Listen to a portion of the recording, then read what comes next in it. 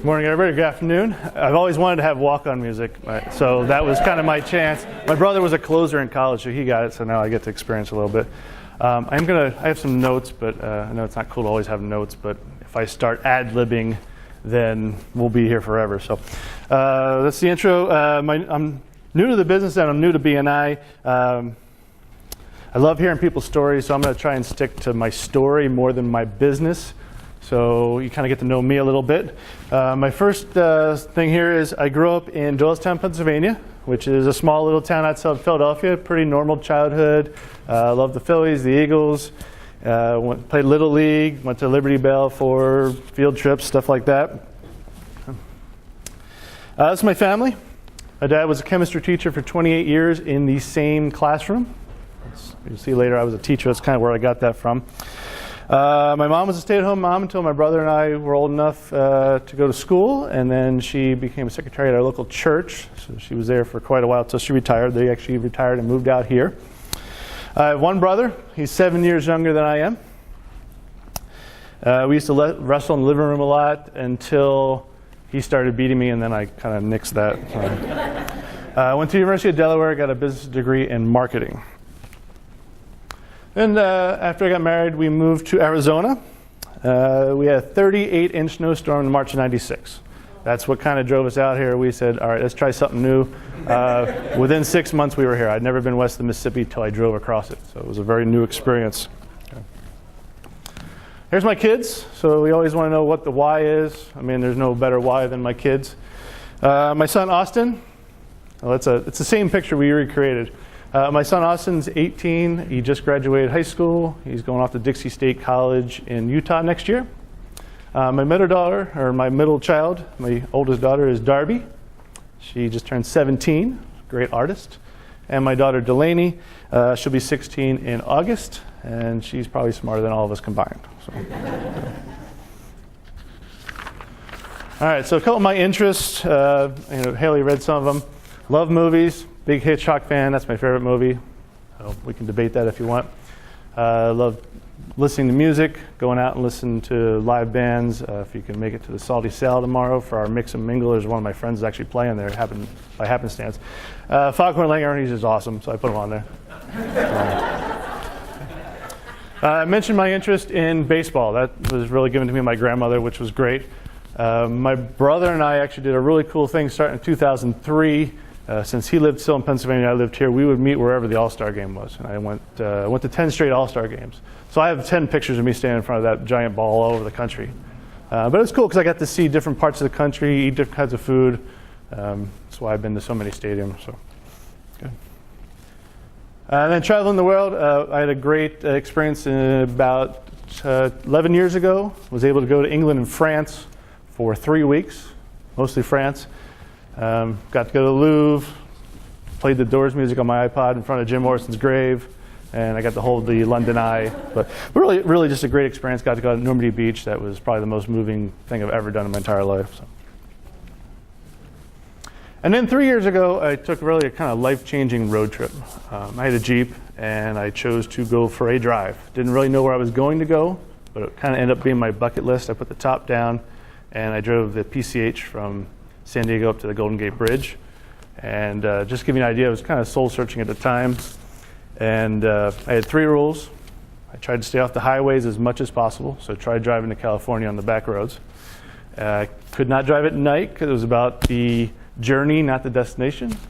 And I wouldn't eat fast food, so I would sit and go to local diners and kind of meet local people and stuff like that. But really kind of a great thing. I ended up in Death Valley on a Sunday in July. It was 125 degrees. Did not put the top back up. I think my shoes actually burned out there. That's the salt flat, so it was kind of cool. Now, this is my girlfriend, Tina.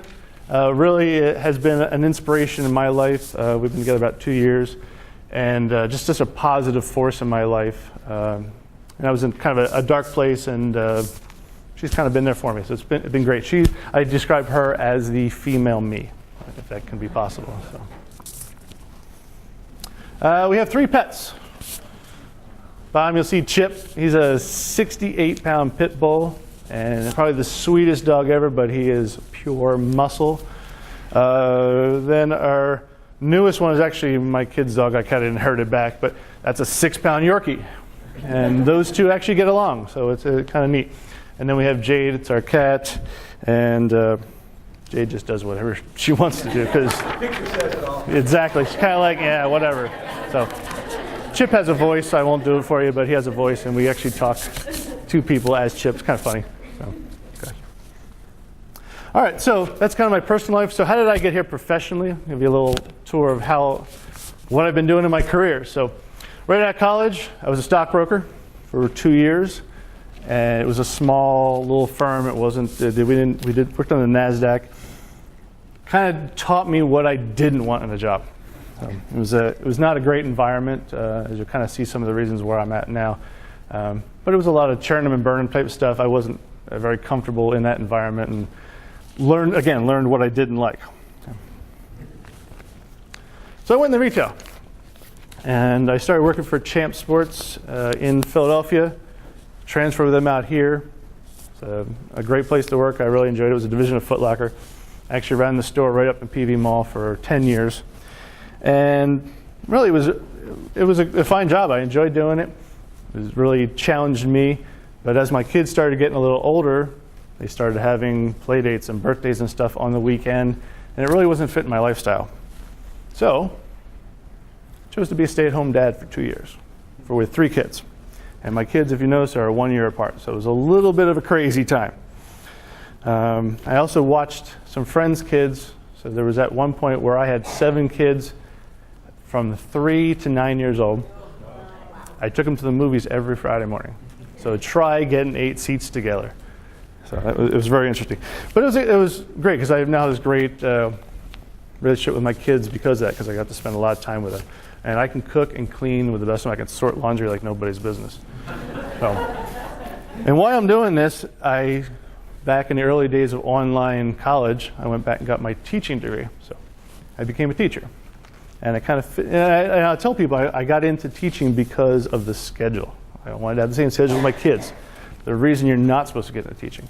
But I ended up loving it. And my dad being a teacher, I had been around that environment. And it was really, really good for me. Taught 4th grade, taught 6th grade. And some of you in here, Chris Contrado also, I had their kids in my class, so it's kind of neat to see that coming around. But not doesn't pay very well. So last year, about a year ago, I decided to leave the education world and didn't have a plan. And this is where things got very interesting. And I started looking for jobs, and everything I kept getting drawn to teaching and stuff like that, and I didn't want it. So we'll move very, very quickly here. I was looking for something else. And Steve, who's here with me today, a great friend of mine, did a career assessment, and we did that, and what came up really high was teaching. I was like, no. But what also came up really high was morality. And I started realizing why I had left other companies and why I wanted to join Ecologic. And there's a big more story here I can do with a one-to-one. But my friend Michael, who runs this company, a lot of you met because he's been here. I had his kids. I knew him because I taught his kids. But I really trusted what Michael did, and I could really get behind what he was, his vision, and what he does, and how he runs his business every day, and more in a one-to-one. So I guess we'll go real quick. Types of services I do commercial and residential houses. I do monthly or one time. I do preventative services. This is what I cover. There are all the creepy crawlers that are out there, ants, all that. Why me? That's the big one. Is when you call or you have a client or referral call, they call my phone. They don't call a secretary. They don't call an office. They call me. Okay? When we do their home or their business, I come out. It's me or it's Michael. He does a couple of services I don't do. So. Again, I'm new to the pest control, but Michael's been this 20 years, so I got him in my back pocket. I take a picture of something, I send it to him. I know I can find out. I have all his expertise behind me. We also use environmentally safe products. I wouldn't have your pet go lick it, but it's good to be around pets and kids and stuff like that. Sorry, I'm moving quickly here. Back one. Competitive pricing. The great thing about them calling me and only being me is I don't have an office. I don't have advertising, so I can keep my prices very competitive. I also go all over the valley, so feel free. Kathy gave me somebody out in Levine, so I now have like 2 or 3 clients out in Levine. Okay. And these are great referrals from me. Pretty much anybody, anybody. 'Cause they probably live somewhere or they work somewhere. So that's it. And you kind of got the condensed version at the end, though, but thank you.